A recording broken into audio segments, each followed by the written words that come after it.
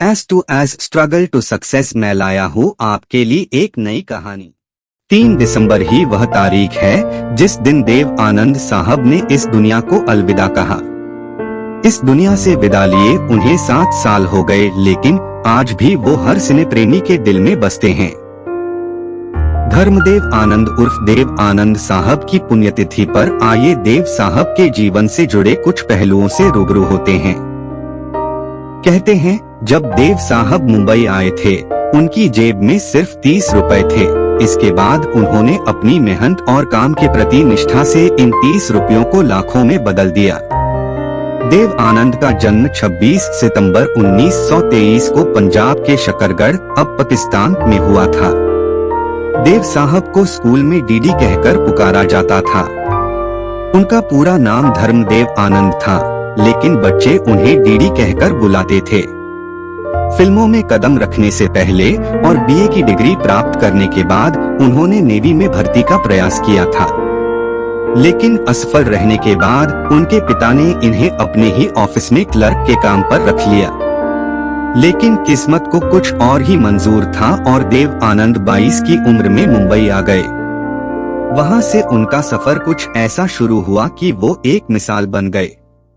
बता दें कि देव साहब की हिट फिल्म काला पानी में उन्हें काले रंग का कोट पहनने से रोका गया, क्योंकि काले रंग के कोट में वे इतने हैंडसम लगते थे कि ये डर था कि कहीं लड़कियां उन्हें देखकर छत से न कूद जाएं। करियर शुरू करने के 2 साल बाद ही फिल्म विद्या 1948 की शूटिंग के दौरान उन्हें सुरैया से प्यार हुआ।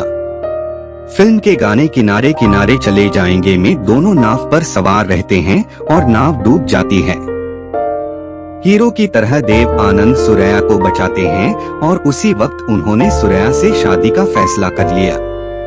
देव साहब ने उन्हें फिल्म के सेट पर 3000 रुपए की एक अंगूठी देकर प्रपोज किया, लेकिन सुरैया की नानी इस शादी के खिलाफ थी।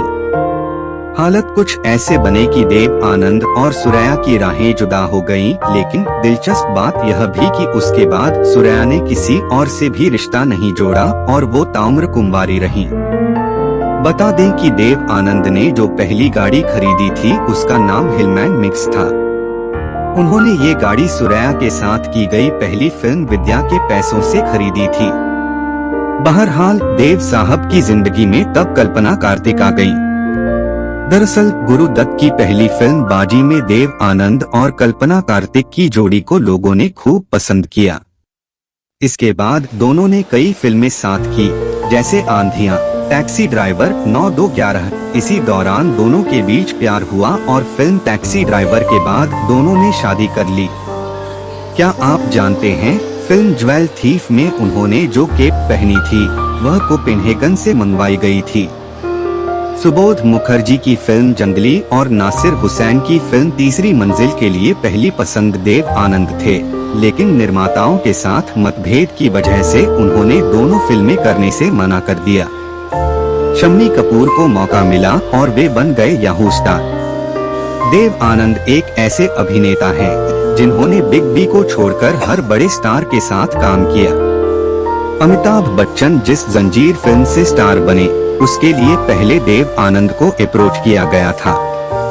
जून 1975 में तत्कालीन प्रधानमंत्री इंदिरा गांधी ने जब देश में आपातकाल लगाने का ऐलान किया तो देव आनंद ने फिल्म जगत के अपने कुछ दोस्तों के साथ मिलकर उसका पुरजोर विरोध किया था। बाद में जब आपातकाल खत्म हुआ और देश में चुनावों की घोषणा हुई तो उन्होंने अपने प्रशंसकों के साथ जनता पार्टी के चुनाव प्रचार में भी हिस्सा लिया। बाद में उन्होंने नेशनल पार्टी के नाम से एक राजनीतिक दल की भी स्थापना की, लेकिन कुछ समय बाद उसे भंग कर दिया। उसके बाद भले ही वह राजनीतिक रूप से सक्रिय न रहे हों, लेकिन समय समय पर विभिन्न राजनीतिक मसलों पर अपनी बेबाक राय रखते रहे। देव साहब की फिल्म हरे राम हरे कृष्ण में उनकी बहन का रोल करने के लिए कोई स्थापित अभिनेत्री तैयार नहीं थी। कई नई लड़कियों के स्क्रीन टेस्ट के बाद भी उन्हें मन मुताबिक चेहरा नहीं मिल रहा था। उसी दौर में एक दिन वे एक पार्टी में जीनत अमान से मिले। वे मिस एशिया का खिताब जीत कर आई थीं। देव साहब उनसे बातचीत कर रहे थे कि जीनत ने उन्हें हैंडबैग से सिगरेट निकाल कर दी।